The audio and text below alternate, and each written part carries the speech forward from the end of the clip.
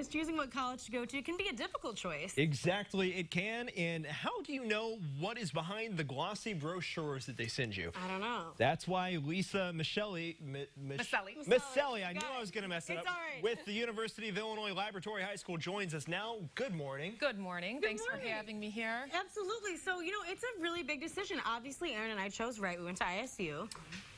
That's the correct Excellent choice. That's the correct choice. Excellent choice. But if people are looking for something else, maybe. Yeah. How would they go about starting off? Because things can seem so perfect at first. Yes, and everything, like you said, they get mail, and it all sounds the same. A lot of mail. They visit colleges, and they say they all sound the same. Sure. So we're trying to empower students to use the website for each college more deeply, and it is amazing how, and let me give you an example. I can work with a student who's applying to 6 colleges, majoring in psychology. And I'll say, how is this school giving you what you want in psych here? What about this one? And they can't even articulate how those colleges meet their needs. So they forget to go onto the psychology website. They forget to dig deeper and read about the registered student organizations. Sure. They forget to actually sign up for the school newspaper.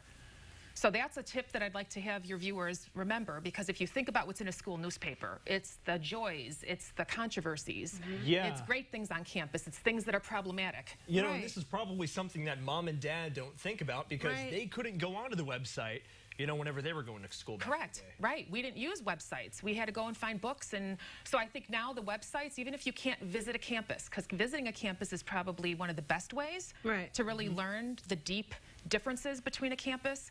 But with access and equity issues and time and money, not everyone can go. Sure. So once you dig through that website, and I'm talking financial aid, academics, what you need personally, socially, then you want to go, if you can, especially starting locally. I work with families a lot who are building a college list with Midwest schools, West Coast, East Coast. And the first thing they do is throw a kid on a plane and go to Washington, D.C. But they've never visited a campus before. So you really want to have a practice tour and start locally so that you can start looking at urban, rural, suburban, small, large. Don't just throw your kid on an airplane. Correct. To be clear, don't toss your kid on a plane. Don't throw your kid anywhere. But well, they may be going as a family, but I guess what I meant by that is they don't have the tools to know what to do on a campus visit. And if they started off locally, they'd learn. And they know. And then maybe they'd save a little money by not having to go on a flight all the way somewhere if they find what they need So you know what you're doing when you arrive halfway across the country to check out. Right. You're more of a educated consumer to know what are the things that you want, your pros and cons that you're building regarding looking for a college fit. All of that's important. And so do you see, if students don't do this, do you see the negative impact as, like, they saw the brochure, but then they don't see what they saw in the brochure when they actually get there? Do they ever tell you that? Well, there is so many opportunities now. Virtual college fairs are online, virtual ways to kind of take tours on campus you can do. But I do think what I see is in this epidemic of over-applying to colleges, kids are applying because of name and rank, but they don't know why they're applying. So that's why this deep research is so important, because you're a better applicant when the college reads you and says, oh my gosh, we want Aaron. Oh my gosh, we want Alex.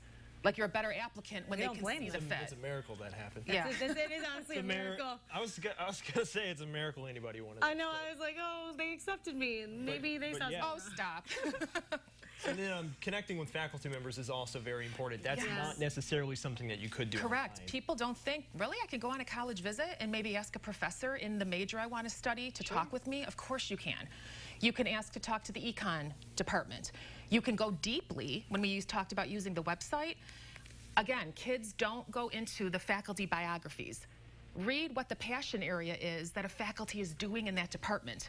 Because if you want to study econ, and you're reading all the passion areas, and that's not an area that you're excited about, that might bring some good questions for you to ask to see how you fit within that climate.